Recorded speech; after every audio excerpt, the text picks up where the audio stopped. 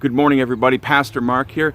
Thanks again for tuning in this morning. So I think this is going to be my last broadcast through a screen. I'm going to talk about that in just a minute. We're going to keep this morning short and sweet because what we've learned from Google Analytics is that about half of you are able to go the distance and you watch the entire video each week, and then about half of you seem to have an attention span of about 3 minutes. So maybe you've already stopped watching because you're bored, but I want to just share a quick thought, and then I'm going to get out of here. And that quick thought is about this word. And this word that I want to set us up is going to set us up for next week. And it's this word, apocalypse. Apocalypse is one of these words that over time has come to mean something that it doesn't mean. Like the word bad. When I was growing up, the word bad meant bad. And somewhere along the line as I was growing up, bad then also became to mean good. So you could have context of bad means bad, or does this mean bad means good? And so apocalypse is this word that has gotten associated with disease and death and destruction in Hollywood movies about the end of the world. But really the word apocalypse or apocalypsis is a Greek word that means to uncover or to reveal.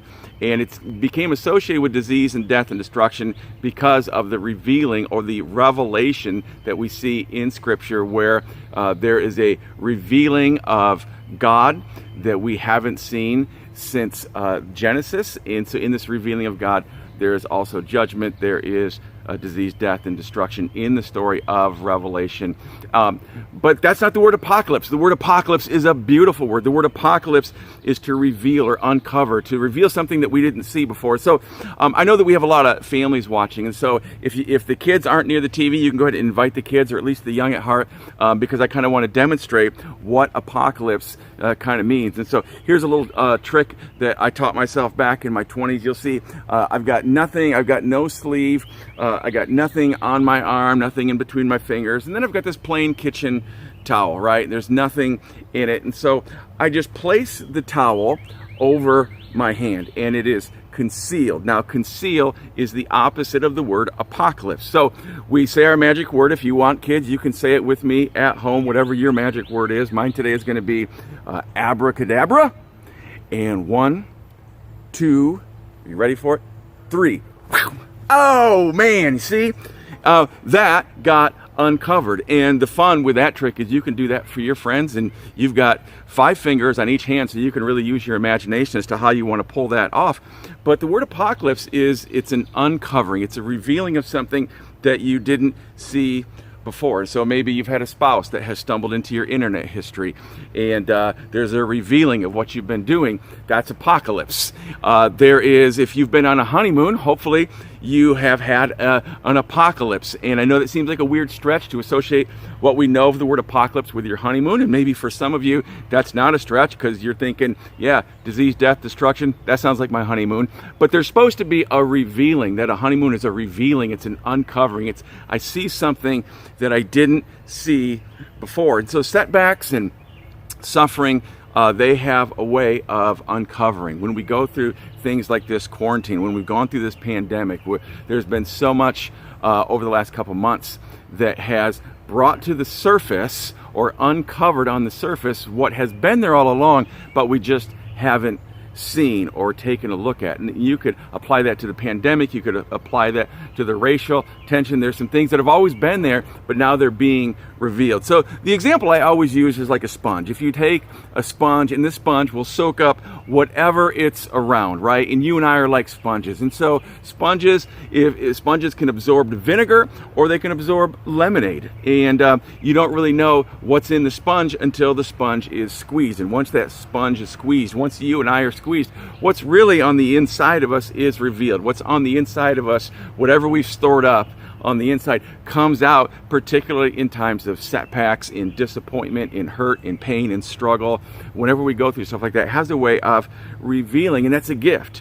Apocalypse is a gift because we need apocalypse. We need a revealing and uncovering. We need a revelation of God. We need to see God in new ways. We need to see life with new ways. We need to see things in new ways. And we really need to see ourselves. And so you and I need apocalyptic moments. And they're not always the moments that that we want to see or want to hear, but they are moments where, like, man, I needed to see that. I needed to hear that. Yeah, I didn't want to see the bad news on the X-ray, but I needed to see it so that I knew what to do next. And so I want to ask you the question: what has quarantine and what has the crisis in our country and around the world, what has staying at home, what has even the last couple of weeks with the racial tension coming back to the surface, whatever it is, what has apocalypse, what has quarantine revealed about you? What is it revealed in you? What is it revealed about your family? What is it revealed about your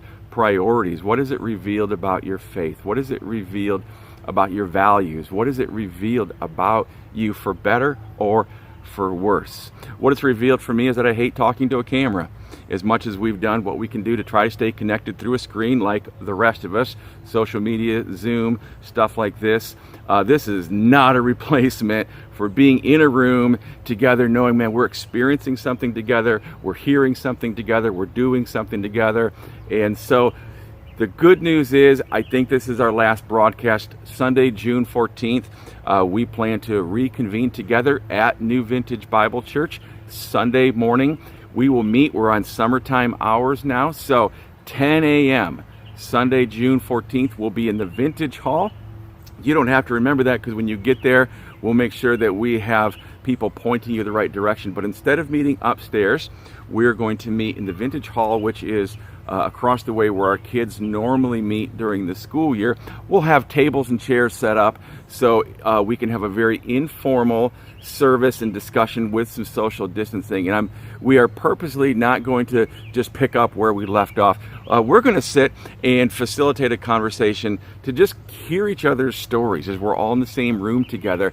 And that question I'm going to ask next Sunday is, what has been uncovered? What has been revealed in you, about your family?